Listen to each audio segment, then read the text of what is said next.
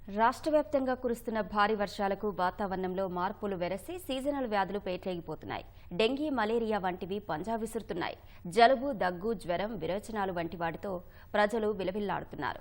మన్యం ప్రాంతాల్లో వ్యాధులు విజృంభిస్తుండగా పట్టణాల్లోనూ వైరల్ ఫీవర్లతో ప్రజలు ఆసుపత్రుల బాట పడుతున్నారు. మామూలు జ్వరాలకు భయపడవద్దంటున్న వైద్యులు లక్షణాలు అతిగా ఉంటేనే ఆసుపత్రికి రావాలని సూచిస్తున్నారు. స్వీయ రక్షణతోనే మనల్ని మనం రక్షించుకోవచ్చని చెబుతున్నారు. ఏటా వర్షాకాలం ప్రారంభమవుతుందంటే ఆసుపత్రులకు వివిధ రకాల అనారోగ్య సమస్యలతో బాధితులు బారులు తీరుతుంటారు. ఇక ఈసారి జలుబు, దగ్గు, వైరల్ ఫీవర్లతో పాటు డెంగీ, మలేరియాలు పంజా విసురుతున్నాయి. వర్షంతో పాటే వ్యాధులు ముసురుతున్నాయి. ముఖ్యంగా ఖమ్మం, ఆదిలాబాద్ జిల్లాల్లోని అటవీ ప్రాంతాల ప్రజలపై సీజనల్ వ్యాధులు పంజా విసురుతున్నాయి. డెంగీతో పాటు ఈసారి గిరిజన ప్రాంతాల్లో ఎక్కువగా మలేరియా వ్యాపిస్తుండటం ఆందోళన కలిగిస్తోంది. ఇక జీహెచ్ఎంసీలోనూ వ్యాప్తి అంతకంతకు తీవ్రమవుతోంది. పరిస్థితి ఇలాగే కొనసాగితే ఆగస్టు, సెప్టెంబర్ మాసాల్లో డెంగీ కేసులు గణనీయంగా పెరిగే అవకాశం ఉందని అధికారులు అంచనా వేస్తున్నారు. ఈ నేపథ్యంలో ప్రజలు ఆరోగ్యం పట్ల అప్రమత్తంగా ఉండాలని సూచిస్తున్నారు.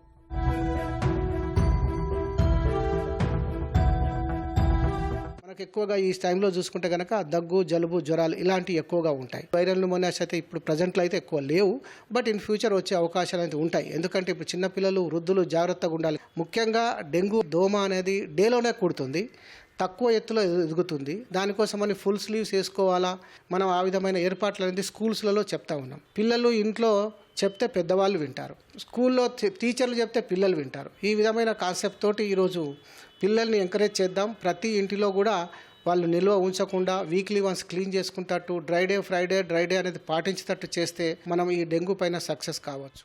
జీహెచ్ఎంసీ పరిధిలో డెంగీతో పాటు సీజనల్ వ్యాధుల తీవ్రత అధికంగా ఉంది. డయేరియా, ఫీవర్లు, రెస్పిరేటరీ సమస్యలతో నగరవాసులు ఊపిరి తీసుకోవడానికే ఇబ్బంది పడుతున్న పరిస్థితి. అక్యూట్ రెస్పిరేటరీ ఇన్ఫెక్షన్లు, ఇన్ఫ్లుయెన్జా కేసులు ఈసారి మరింత ఎక్కువ మందిని ఇబ్బంది పెడుతున్నాయి.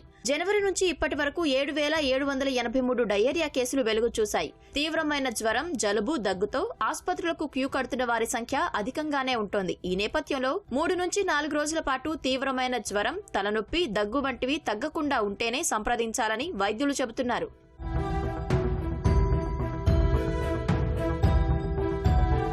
డెంగ్యూ, మలేరియా, స్క్రబ్ టైఫస్ అనేది ఒక టిక్ బోర్న్ డిసీజ్. ఈ 3 జ్వరాలు ఈ సంవత్సరం ఎక్కువగా ప్రాక్టీస్లో చూస్తూ ఉన్నాం. అతిసారం అంటే గ్యాస్ట్రోఎంటరైటిస్, వామిటింగ్స్, కడుపులో నొప్పితో పాటు జ్వరం వచ్చి సివియర్గా లూజ్ మోషన్స్ అయ్యి డీహైడ్రేట్ అయిన వాళ్ళు కూడా చాలా ఎక్కువగానే చూస్తున్నాం. అంటే ఇది మన దగ్గర ఈటింగ్ హ్యాబిట్ సరిగా లేక, హైజీన్ సరిగా లేక ఇవి ఎక్కువగా వస్తున్నాయి. సో జ్వరం రాగానే మనం తీసుకోవాల్సిన జాగ్రత్తలు ఏంటి? ఫస్ట్ థింగ్ ఏంటంటే జ్వరం కంట్రోల్ చేసుకోవడానికి సింపుల్ పారాసెటమాల్ లాంటి టాబ్లెట్ వేసుకుంటే సరిపోతుంది.